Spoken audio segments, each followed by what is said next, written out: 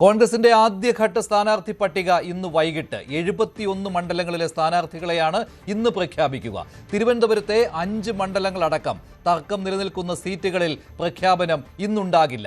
എംപിമാർ മത്സരിക്കുന്ന കാര്യത്തിലും അനിശ്ചിതത്വം തുടരുകയാണ്. എംപിമാർ മത്സരിക്കേണ്ടതില്ലെന്ന സംസ്ഥാന നേതൃത്വത്തിന്റെ നിലപാടിനെതിരെ കടുത്ത നിലപാട് തുടരുകയാണ് കെ സുധാകരനും അടൂർ പ്രകാശും. ഡൽഹിയിലെത്തിയ സുധാകരനുമായി രമേശ് ചെന്നിത്തല ചർച്ച നടത്തി. കൂടുതൽ വിവരങ്ങളുമായി ഡാൻ കുര്യൻ ചേരുകയാണ്. ഡാൻ, എംപിമാർ മത്സരിക്കണോ എന്ന കാര്യത്തിലുള്ള തീരുമാനമല്ലേ ഇനി ബാക്കിയുള്ളൂ? പിന്നെ ഏതാനും സീറ്റുകളുടെ കാര്യത്തിൽ ഒന്നിലേറെ പേരുകൾ വന്നതുകൊണ്ടുള്ള പ്രശ്നം, സുധാകരനും അടൂർ പ്രകാശും അനുനയ നീക്കങ്ങൾക്കില്ല എന്നാണോ ഇപ്പോൾ കിട്ടുന്ന വിവരങ്ങൾ? ഇന്ന് പുലർച്ചെ വരെ നീണ്ട മാരത്തൺ ചർച്ചകൾക്ക് ഒടുവിലാണ് 71 മണ്ഡലങ്ങളിൽ ഒറ്റ പേരിലേക്ക് കോൺഗ്രസ് നേതൃത്വം എത്തിയിരിക്കുന്നത്, തെരഞ്ഞെടുപ്പ് കമ്മിറ്റി എത്തിയിരിക്കുന്നത്. ആ പേരുകളാണ് സ്ക്രീനിംഗ് കമ്മിറ്റി ചർച്ച ചെയ്യുന്നത്. അതിന് അംഗീകാരം നൽകുന്നത് CEC ആണ്.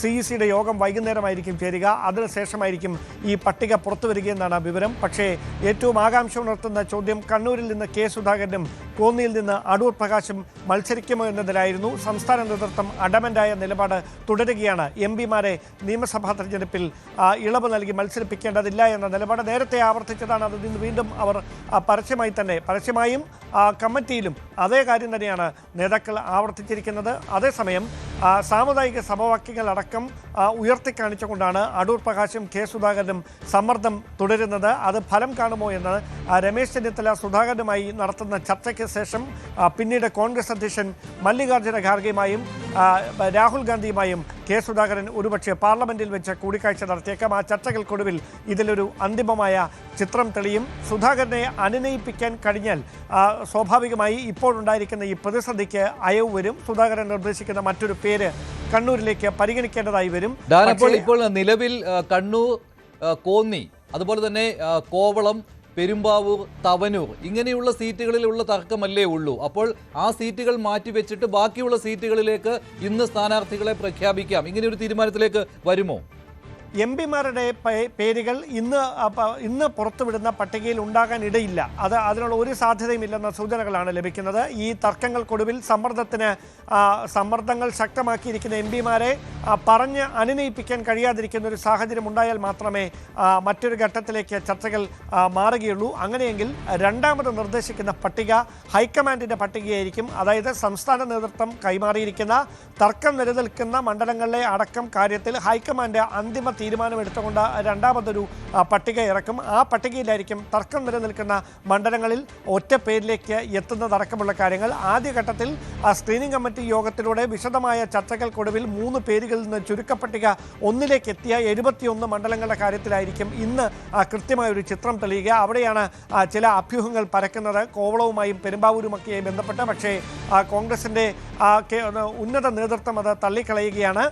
അത്തരം കാര്യങ്ങളൊക്കെ കാത്തിരിക്കൂ, കൃത്യമായ ലിസ്റ്റ് പുറത്തു വരുന്നവരെയുള്ള ആയുസ് ഈ വാർത്തകൾക്കുള്ളൂ എന്ന് പറഞ്ഞ് ഈ വിവരങ്ങളെയൊക്കെ നിഷേധിക്കുകയാണ് കോൺഗ്രസ് നേതൃത്വം. എന്തായാലും വൈകുന്നേരത്തോടെ ഈ 70 പേരുടെ പട്ടിക, 70 71 പേരുടെ പട്ടിക പുറത്തു വരുമെന്നാണ് സൂചന. അതിന് മുന്നോടിയായിട്ടുള്ള CEC മീറ്റിംഗ് വൈകുന്നേരം ചേരും.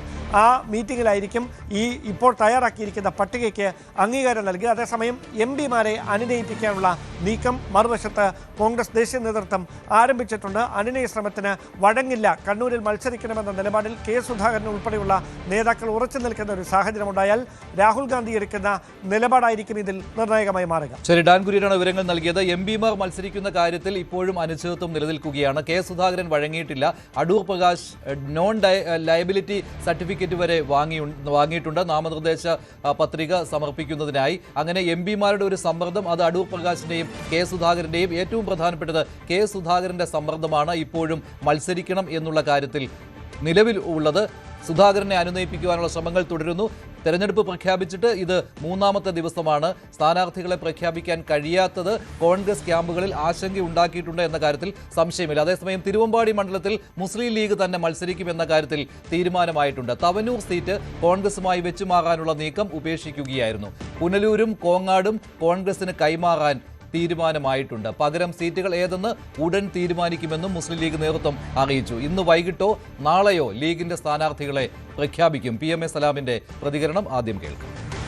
നിങ്ങളൊക്കെ അറിയുന്ന പോലെ മുസ്ലിം ലീഗിൻ്റെ സംസ്ഥാന അധ്യക്ഷൻ അദ്ദേഹത്തെ പാർട്ടി ചുമതലപ്പെടുത്തിയതിനനുസരിച്ച് ആ പ്രക്രിയ നടത്തിക്കൊണ്ടിരിക്കുകയാണ്. ഇന്നലെ മുസ്ലിം ലീഗിൻ്റെ സംസ്ഥാന ഭാരവാഹികളെയും കൂടുതൽ വാർത്തകൾക്ക് news 18 Keralam YouTube channel subscribe ചെയ്യുക.